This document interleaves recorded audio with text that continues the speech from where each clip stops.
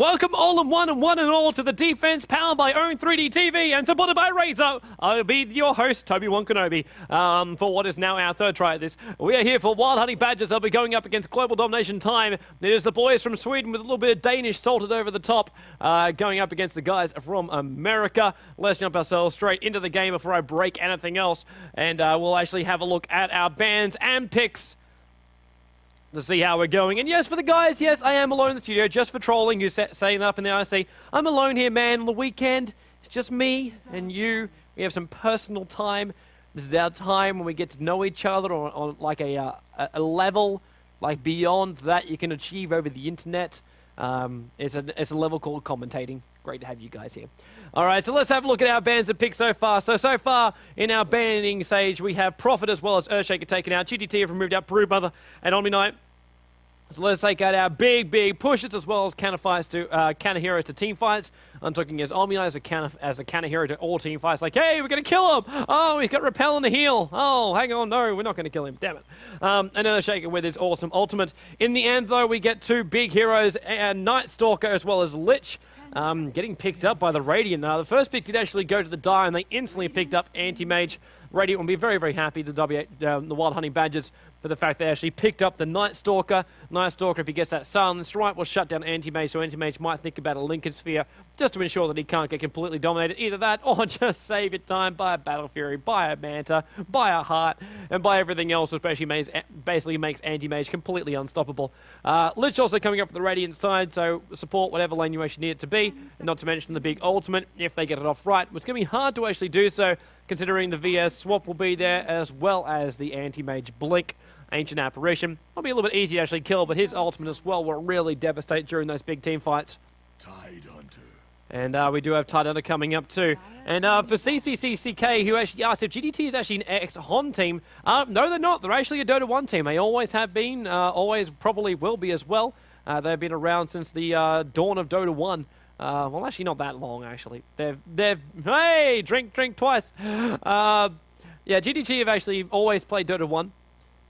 Through Dotalicious, through many different clients. They've tried to compete in leagues here and there. They're all friends. All complete friends. In fact, there's actually a wife and husband combination in this team as well. That is Princess and Taku. They are actually married, got married about a year ago. So yeah, they're a very close-knit team. Gonna have a drinks break.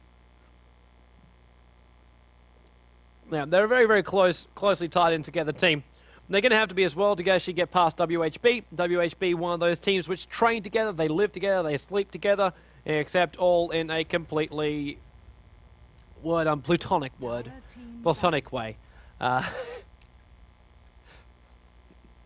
Who knows? At DreamHack, they might do that. Witch Doctor as our ban for the Radiant. Surprising to see Witch Doctor being banned out, especially considering Radiant. WHB have actually really enjoyed picking him. Matchroom has played him a couple of times over the recent times. Jesus, Amazing Bane, Jeebus! Tidehunter. But yeah, Tidehunter, fantastic hero when it comes to team fights. Really great hero. Not to mention early on the game, like, if he's used to his effectiveness, then you can have some good gushes, and you might be able to make something of it. But you need to have extra stunners to go with it, and that's something which I'm noticing is really missing from the Radiant side. Like, Night Stalker has a slow and silence. Lich has a slow and deny. He does have a stun, but it's only in the first hit of his ultimate. After it keeps bouncing around, there's not that mini stun. It's just with that first initial hit of the ultimate. And then Tidehunter has a gush, and then he has to get to level 6 as well before he gets his big AoE stun. So as far as the rating go, we might look at a hero like Lion, or look towards another hero that's actually got some good, decent stuns or disables, because they really need it. More than likely, I'm looking at Windrunner as part of their lineup, but the Dire will also want that as well. So maybe we'll see what's going to go on. The Dire banning out the big hard carry, so Spectre as well as Weaver taken out. I highly doubt that Dire will actually go for that. I'm looking more towards the Faceless Void for them. If they want to go the two big melee hard carries, either that or even Sniper. Sniper wouldn't be a bad option. He does actually have that headshot ability, which has a mini stun attached to it. So if he needs to actually try and stun anybody, there'll be the shackles, and if he does actually have to pop it too, it'll be very easy with the assassination to pick off either Windrunner's a little bit harder, but Vengeful Spirit as well as Ancient Apparition should be easy enough. A Windrunner with that side lane, so Dire will be able to run Windrunner either solo top or if they run the tri-lane bottom lane. More than likely they'll want to run Anti-Mage on that top lane. Vengeful Spirit and Ancient Apparition could go for a little bit of a roam together. Good combination to actually pop off the VS stun, 10 seconds as well as the Ancient Apparition Cold Feet. Can you actually upload the VODs if it's nice? A question from Arcadia.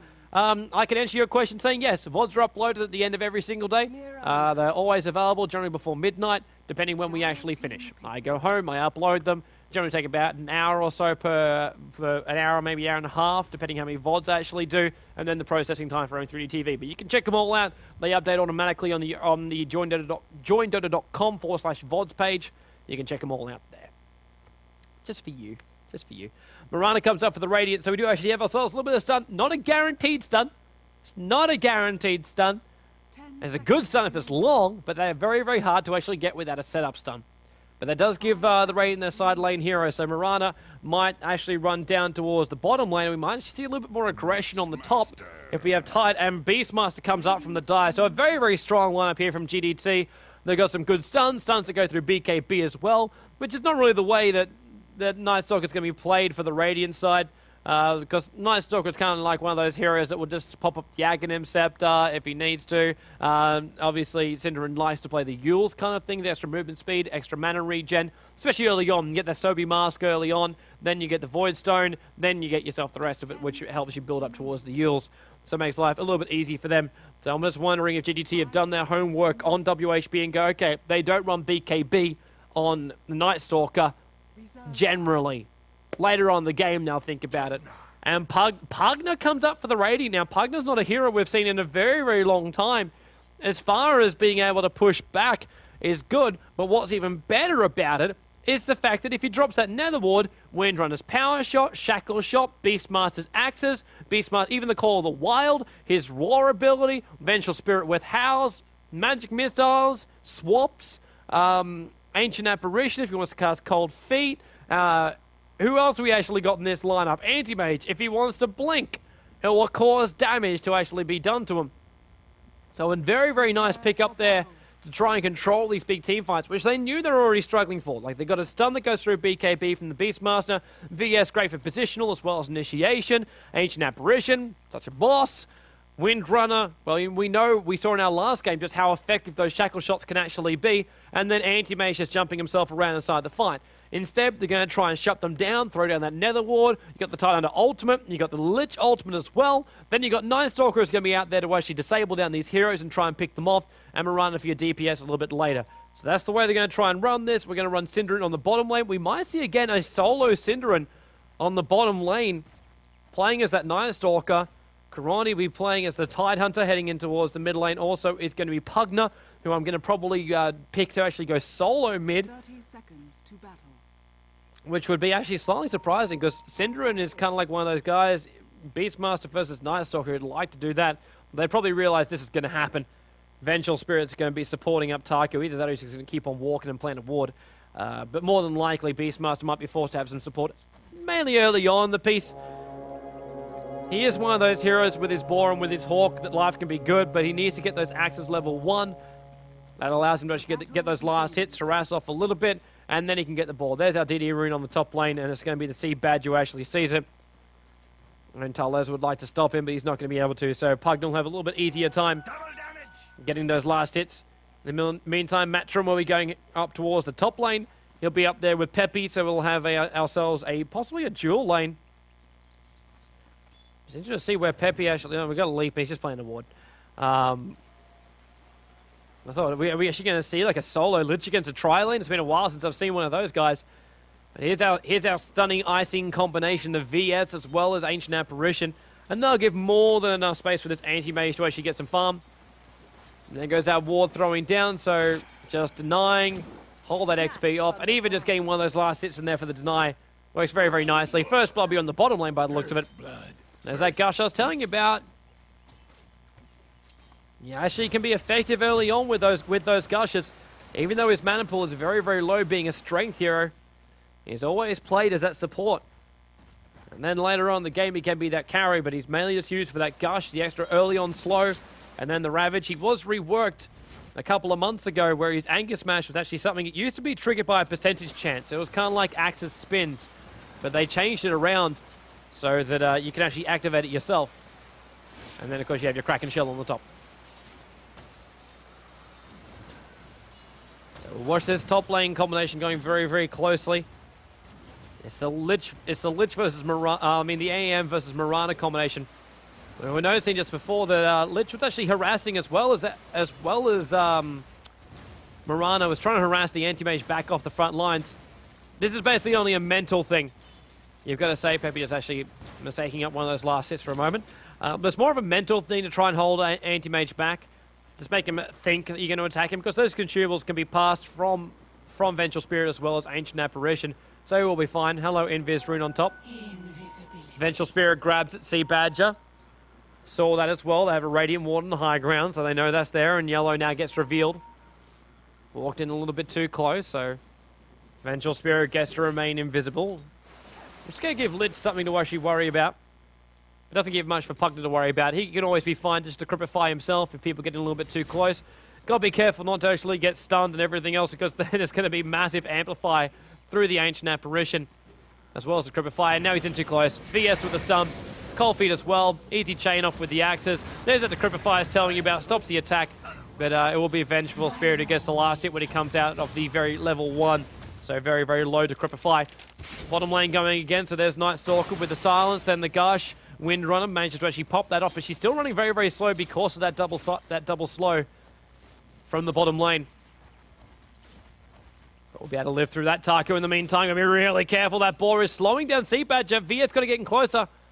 Halaterra will fly to cripify, look for the blast. Trying to bring the ball back in a little bit closer, runs up high. There goes the stun. The boar is already slowing him down. Axis will fly as well, but Sea Badger will be fine. But it's Taku who's got no life, no consumables, and really wanted to get towards that bottle, is now going to find himself 90 short. And we'll have to walk all the way back to the main base and then still send the courier out later. In the meantime, Way Too Sexy is on well, King of the Castle kind of thing. Sitting up on the higher ground. Not quite sure who he's actually waiting for to come back in. As we see counter wards going out from Taku, from Yellow, realizing that there was vision for that.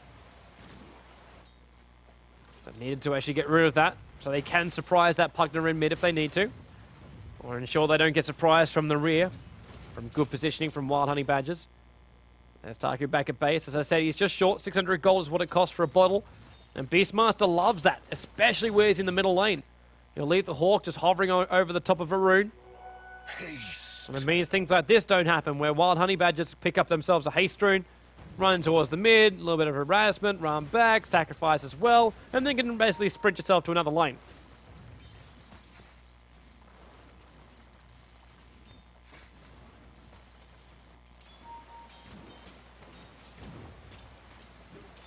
So in the meantime, we actually see a lane swap up, so Taku heads up towards the top lane.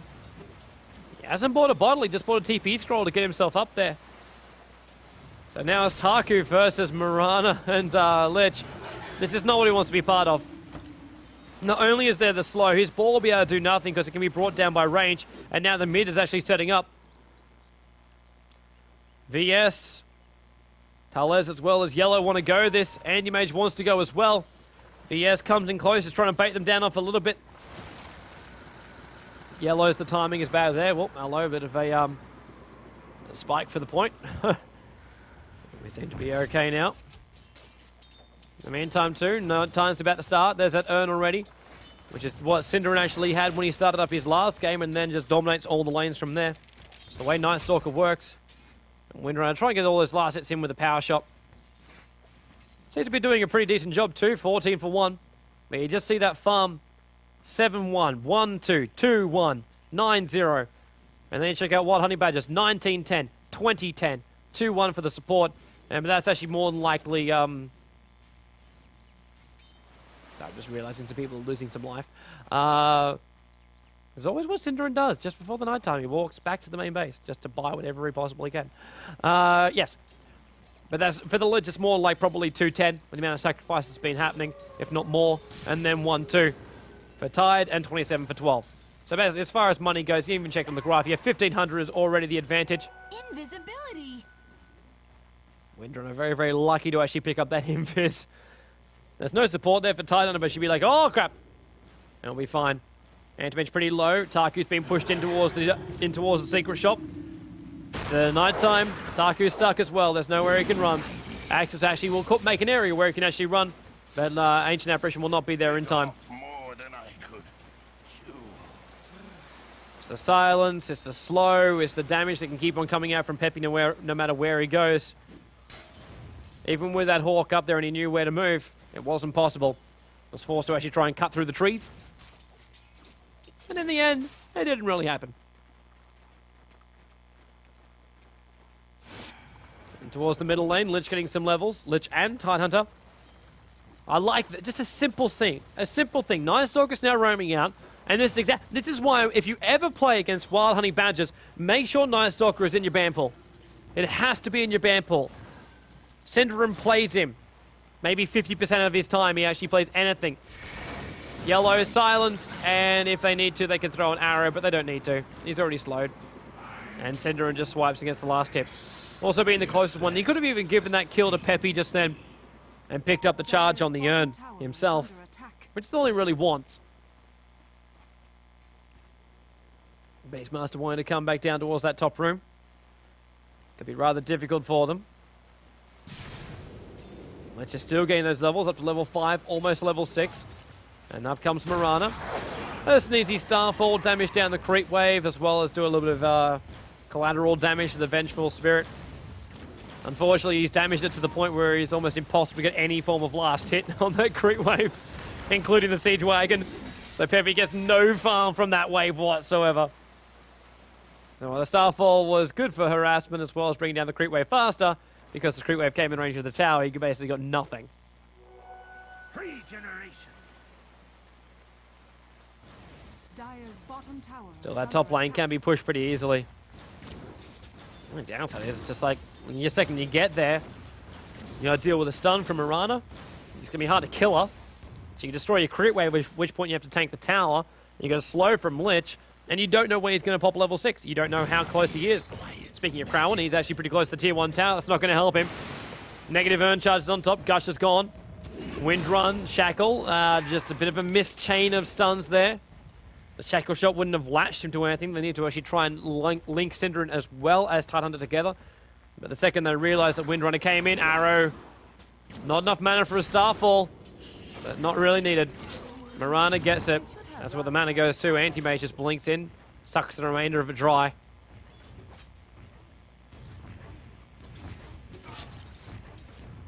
It's just this slow balance tip towards the Wild Honey Badgers. They don't need to overextend at all. In fact, Sea Badger's doing exactly what he needs to do to Decrepify, put off the blast, in range of the hero, in range of the tower, in range of the creeps. It damages everything. It's the reason why Pugna was such a massive pickup about 6 months ago, because people realized the game is transitioning to this push kind of strat. It's like, what do we do against a push kind of strat? We grab the guy whose big AoE blast, and whose AoE blast is already at level 4, damages towers and heroes, and you can amplify all the damage on top. It's just like, hell freaking yeah, Pugna is our man. He is the god. And it got to the point where he got taken out every single time. It's also great for last hitting. For people who love to try and get those denies, you actually see just there, maybe a little bit premature from Sea Badger. Realizing he's losing his creep wave was actually fair enough, but he's got to stick around and get these last hits. Anti-Mage pausing the game. Do we have a disconnection? Yeah, we lost Windrunner. So Windrunner's back at the main base. Looks like he must have been disconnected for at least a couple of seconds. To actually be back at the base and facing the well means you've been disconnected for after you've been disconnected for about 5 seconds. The game will automatically take your hero back to the main base.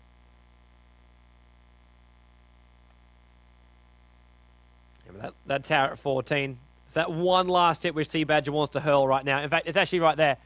I can't zoom in. I can't zoom in on it. I can move up and down. There's that green dot.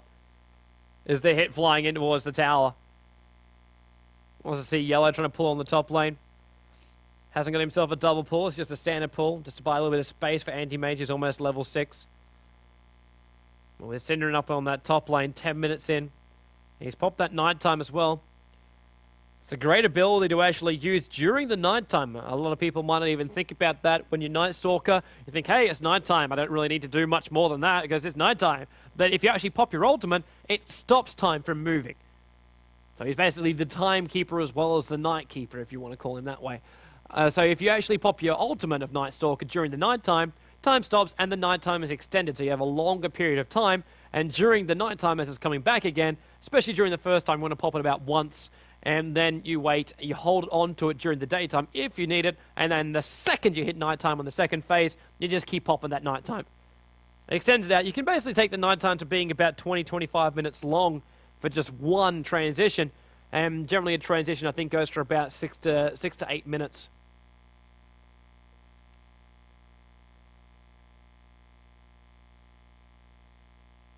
Just a bit of a reminder for people who are also tuning in that if you do actually, if you are experiencing lag issues, you need to actually change the quality of the part of the stream you're actually watching. Either that or just check your net connection, because this stream is going out fine. We will be doing a bit of a check of what was actually happening today to make sure everything was fine. But yes, until that point, I do apologize for it. The VODs will, however, be available in full HD. They are recorded locally and uploaded by me a little bit later on in the night, as I'm just double checking to make sure. Yes, the VOD worked. Always got to double check it. XSplit's just one of those kind of little suckers. People actually have troubles where, well, I know I do, where it records. Where it actually records in, it only records audio, doesn't actually record the video at the same time.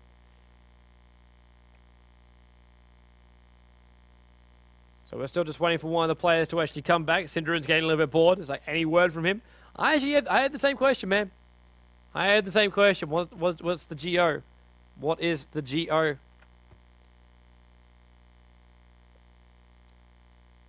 Also, in this meantime, we should probably have a bit of a chat.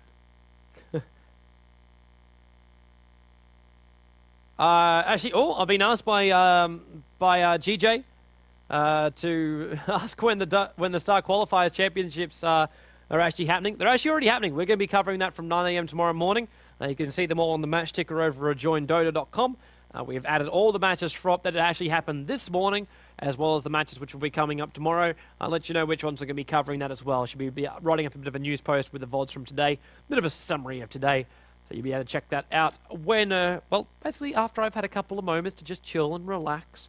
So about 5 minutes I'm going to allow for that, and then get straight into all of that. But you'll be able to check out a lot of action tomorrow. We also are going to have a couple of matches tomorrow. It was scheduled to actually have 5. We actually have a delay on one of the matches. So we'll actually only have 4. I'm going to bring that up for you. Well, I'm going to bring that up on my side right now. Because there was a match which was actually delayed. So MUFC versus God has been postponed. So we have 4 matches tomorrow starting at 3 PM. But the live stream will start at 9 AM. And that'll be for the qualifiers from the Star Tournament.